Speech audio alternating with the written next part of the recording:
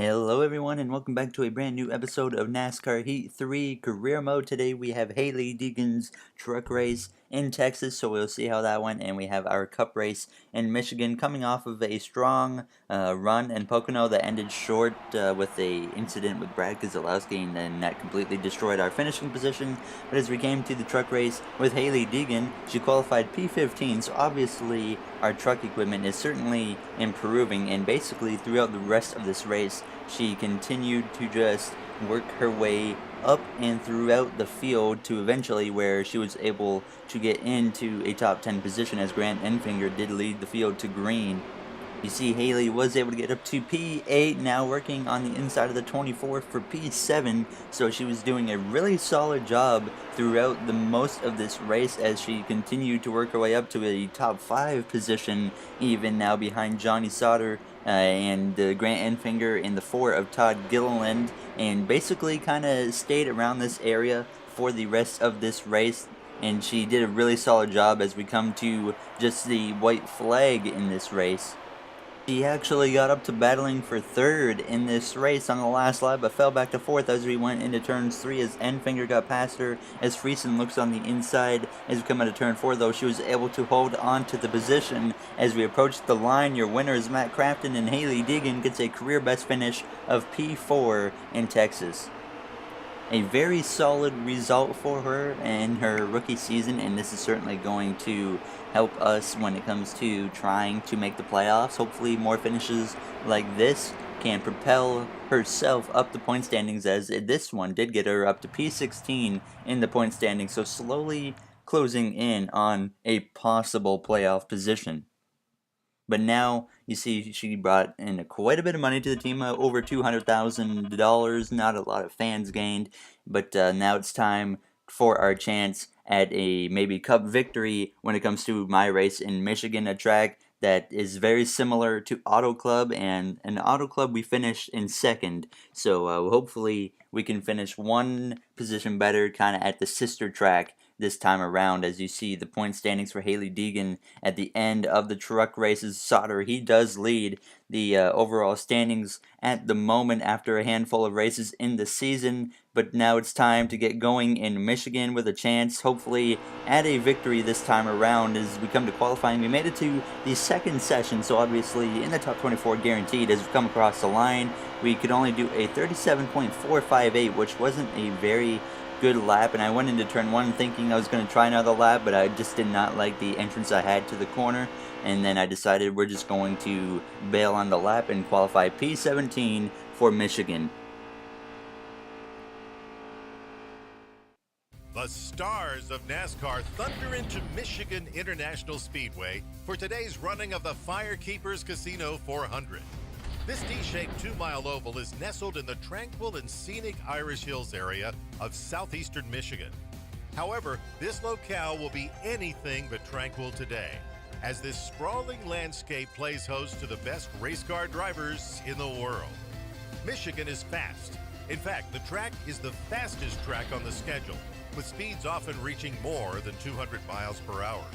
So you better buckle up, because NASCAR racing is coming up next. Alright, we are ready to take the green flag in the Firekeepers Casino 400 in Michigan. Kurt Busch sent to the back of the field after failing technical inspection. Your only driver in the field to be starting in the back after being sent there due to some type of issue. As we get ready to go green, the green flag is out in Michigan as we go green from P16, gaining one position from Kurt Busch's penalty as we cross the line, giving a shove to Michael McDowell in the 34, who had a very solid qualifying position for this race, as maybe he can pull off one heck of a finish here today. As we go in the turns 1 and 2 for the first time, we drift up the track just a little bit but fall back in line just in front of Paul Menard in the 21 car. As we exit turn 2 alongside our teammate in the McDonald's number 1 car, Jamie McMurray, coming down the back straightaway. AJ Allmendinger looking at my left rear, but we do clear him going into turns 3, so I take full advantage of that and immediately get down to the bottom line as we come through turns 3 and 4, approaching the back bumper of our teammate McMurray, and I'm not going to waste any time trying to get past him, so we look to his inside as soon as I had the chance. Now down the front straightaway,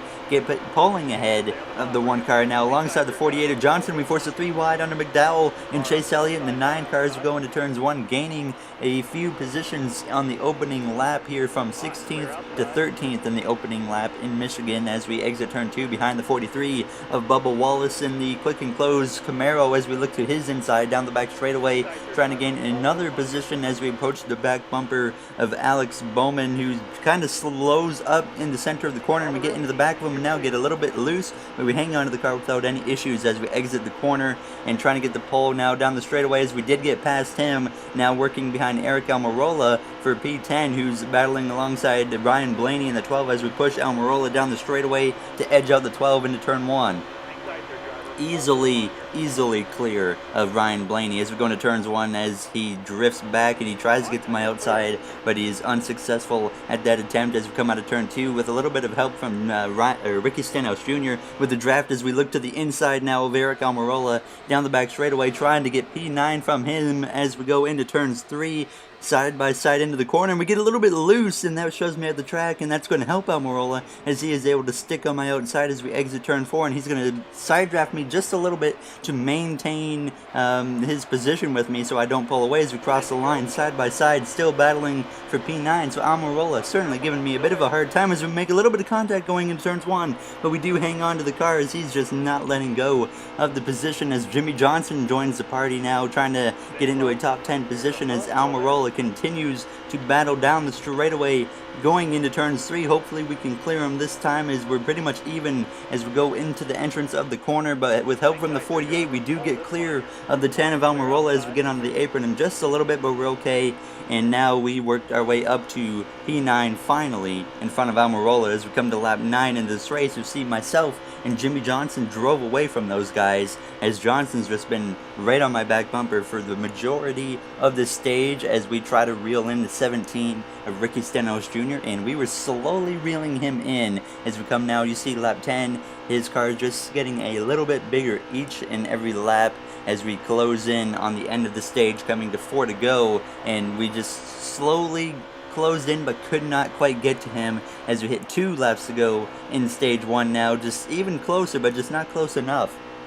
My main goal right here though is to just get the draft from the 17 because I know the 48 is right behind me ready to pounce, and Jimmy Johnson has been having a very solid season. Just 1 win so far, but he has run good in this series and he's looking to bring that eventually into a good playoff run later this season, and hopefully we can have a good playoff run. I really want to get that first win as we cross the line to take the white flag in stage 1, kind of throwing a block on the 48 who I really do not want to let pass me because I don't want to restart on the outside line. So we're going to turns 1 pretty defensive as Stenhouse, he drifts up the track just a little bit as we exit turn 2 down the back straightaway for the final time in stage 1. Johnson looking to my inside, and he does get to my inside for the brief moment as we kind of get a pull from Stenhouse down the straightaway, which allows me to re-clear the 48 as we go into turns 3 and make sure we cover that bottom line so he cannot make a move under me and get a extra position as we come out of turn 4 for the final time. With help from the 17's draft, we are going to be able to pull off P9 in stage 1, just ahead of 10th place Jimmy Johnson. Certainly a solid finish for us in that stage, considering where we started. Kyle Busch with an extra playoff point to his name, and obviously I decided to come into pit road and I just decided we're going to throw 4 tires on it and make a slight wedge adjustment. And we come out just where we came in P9 as we get ready to start stage 2 with the 48 of Jimmy Johnson, who will be starting alongside me as Kyle Busch is ready to lead us to the green. The green flag is back out in stage 2. The 21 of Paul Menard will start on my bumper as we get to the back bumper of the 22 of Joey Logano past the line, as I'm just going to kind of stay off of him for now as we upshift into the 4th gear going into turns 1. You see how bad the outside is on restarts. I mean, this might be one of the worst tracks for restarting on the outside. As you can see, they are just falling back big time. Obviously, I didn't have a very good restart myself, so that certainly might help a driver like Keselowski or even Stenhouse if he can clear me, but I'm doing everything I can to stay on his inside as we go into turns 3, and we get to his door and now even to the center of the corner as we push up the track just a little bit now as we clear Stenhouse out of turn 4, now alongside the 2 of Brad Keselowski, who rides behind his Penske teammate of Joey Logano in the Shell Pennzoil Ford as we cross the line with just 11 laps to go in stage 2, looking pretty even even as we go into turns 1 with Keselowski. We should be able to gain another position out of this. This inside line certainly paying off big time at the beginning of stage 2, gaining 2 positions already as we exit turn 2, getting help from Logano with his draft again down the back straightaway, trying to get to the inside of Hamlin by the time we go into turn 3 as we do just that. He could have got down earlier, and now he's still going to try to get down, but he's not able to make the move work as he realized we were down there under him, so he kind of pushed up the track, making sure we didn't have an incident as we come across the stripe to take P6 from Denny Hamlin now as we clear him going into turns 1 behind the 22 and the 78 who battle side by side into turns 1. Logano and Truex not going to give up the fight as they come through the center of the corner out of turn 2 down the back straightaway, going to try and draft the 78 down the back straightaway and see if we can reel in these two and maybe make a move on them as Truex is pulling on Logano going into turn 3, but Logano sticks on his inside, which will really hurt Truex's corner as he's the only car on the outside in the top 5 as we give Logano just a slight bump as we get pretty loose on the exit of 4 now on the inside of the 78 of Truex, who's still stuck on the outside, but we do get past Truex and Logano leaves the inside wide open, so we take full advantage of it and we get up to P4 by the time we go into turns 1. And in the same corner, we're going to reel in the 14 of Clint Boyer for P3 as we exit turn 2 now with a chance to pass him as well on the inside at his left rear, trying to side draft him a little bit, slowing up his speed big time as we come down the back straightaway with help from Harvick's draft going into turns 3, pretty even with the 14 as we push up the track just about into the 14 as he's going to be able to hang on my right rear, which is going to slow up my momentum as we exit the corner now. Boyer going to be pretty even with me as we cross the line to hit just 8 laps to go in stage 2, trying to pull ahead of him as we go into turns 1, and this will likely be our chance to get ahead of him now as we enter the corner and we clear the 14 as we slide up in front of him to make sure we do clear him now as we come to lap 7 of 12 in stage 2. We have run down Harvick and Kyle Busch with 5 to go in stage 2 as Keselowski's followed me and we've pulled away from the other guys behind us as Harvick takes Busch 3 wide for the lead in turns 1 and they push up the track. This is certainly going to be a chance for me now as we come out of turns 2, trying to get the draft from the 4 car down the back straightaways. Certainly they have a lot more speed than I thought they would coming out of the corner, but down the back straightaways as we approach turns 3, we get to the inside of Kyle Busch, trying to take second place away from him through the center of the corner as we're pretty even on the exit out of turn 4. He's certainly not going to give up a position easily. It's Kyle Busch, and we've had a bit of a pass with him throughout the season as we cross the line, still battling for P2 as he does not want to give it up, but going into turns 1 we have quite a bit of a pull as we edge him out going into the corner and just about clear him now in turns 1 and 2. We do clear him for the moment as we exit the corner. Keselowski battles on his inside now as I do give Kyle Busch the outside lane if he wants to try and get to my outside, but he was unable to as he fell down the order coming to the white flag in stage 2. Into turns 3, pulling away from the 22 for a brief moment, and we reel in the 4 just a little bit, trying to get our second stage win of the season as we approach the white flag in stage 2. Not looking like we're going to be able to run down the 4 of Kevin Harvick as Logano, he closes in big time down the straightaway as we go into turns 1, but we have a pretty good entrance, but I did kind of screw it up this time around as we come out of turn 2 for the final time in stage 2, down the back straightaway, trying to close in on the 4, but obviously we're not going to get there, so I decided to play defense mode and we make sure the 22 does not get the opportunity to look to my inside as we go into turn 3. So we completely cover off that lane as we come into turn 4, and Kevin Harvick is going to win stage 2 with ease as we approach the line. Logano looks to my bumper, but it's not going to be enough as we get second in stage 2, and I'm feeling like maybe I should have given Logano second because now we're going to be restarting on the outside depending on how this pit stop goes. The left sides are under 80%, so we should be able to take 4 tires comfortably, and knowing the AI will also take 4 tires, and that's what we did. We took 4 tires and 2 cans of fuel, and it came out P2, and that's not necessarily a good thing because we know how outside lines are in this game with restarts, so we're about to see how bad this gets as the green flag waves and the final stage is underway, and we could maybe get to the inside if we could clear Harvick now as we cross the line with 18 to go in this race, 18 lap dash to the finish in the final stage, and we just cannot quite clear Harvick as we go into turns 1, so that's going to completely be a big setback for my race, as you can see already drifting way back with the 14 of Clint Boyer right on my bumper out of turns 2. We're going to fall back all the way to P5 with Martin Truex Jr. alongside of my inside, trying to let him clear me as we go into turns 3, but now the 48 of Jimmy Johnson's going to look to my inside. A big power move for the moment though alongside the 78, but on the exit of the corner the momentum completely stalled, and that allowed the 48 to get to my inside as we come down the back straightaway, and I just did not want to give up these positions, and I was fighting as hard as I could, and then I finally decided to settle in line behind the 48 of Jimmy Johnson as we come through turns 1 and 2 as Harvick continues to lead this field as Truex, he pushes up the track as Johnson briefly looks to the inside of him, but he can't quite make the move as we look to the inside of the 48 down the back straightaway as we go into turns 3. Now hitting the 48 in the left rear just a little bit, and we hit him again and he's going sideways. Smoke coming from the 48 as we hit the apron and make major contact with the 48 on the exit of 4, but we thankfully hang on to the car as he loses a position or two, and we lose quite a bit of momentum ourselves. Certainly in a dramatic moment with the 48 of Jimmy Johnson, and we were fortunate to hang on to it. Both of us were fortunate to hang on to it. We have worked our way back into the top 5, certainly with a little bit of drama added onto that, obviously, with Jimmy Johnson as we come down the back straightaway.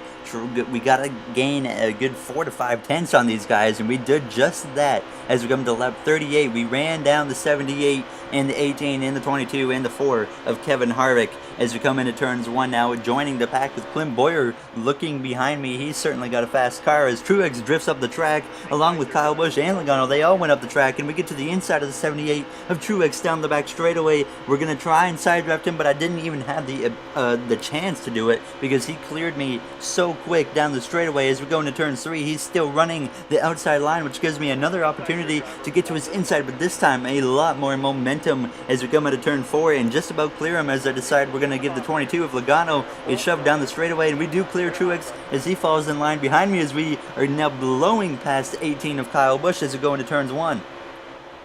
Into turn 1 through the center of the corner, though, side by side still with the 18 of Kyle Busch. We had a good battle with him earlier in this race, and once again he is not going to give up this fight easily as I side draft him down the back straightaway, not allowing him to clear me, and this is helping Logano and Harvick run away as we go into turns 3, still trying to clear the 18 of Kyle Busch, but this time through the center of the corner we have a very good run as we clear him on the exit of 4, but I'm going to once again let him have his lane. I'm not going to try and block him, so we come to lap 44 and he fell in behind me, so we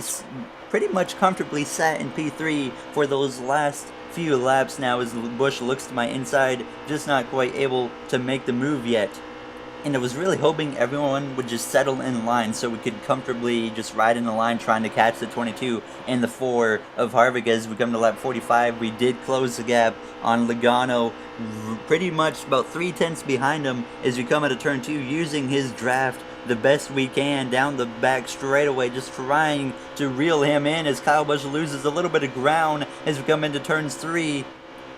Closing up the gap just a little bit on the 22 again as we go through the center of the corner now on exit, and we were certainly reeling him in, but Kyle Busch, he was actually able to get back past me in the few laps later as we come to lap 48, coming to just 2 laps to go in this race as we approach the back bumper of Kyle Busch, trying to regain P3 after he was able to pass me as we look to his inside on the exit of turn 4 down the back straightaway, trying to get into a good position as a caution comes out with just a few laps to go, which is going to force overtime in Michigan, and we're going to be restarting on the outside, and we have one option, and that option is to push Joey Logano out front and try to just slide in under him if we can. In turns 1 as green flag is out, overtime is underway. Logano not off to a great start. Harvick does not have a lot of help with Kyle Busch, who drifted back, so we push the 22 as hard as we can going into the big run into turns 1. We clear Harvick and we look to the inside of Logano as we go into turns 1 and 2, trying to steal the lead and the victory for the first time in the Cup Series as we look to the inside and get a little bit loose under the 22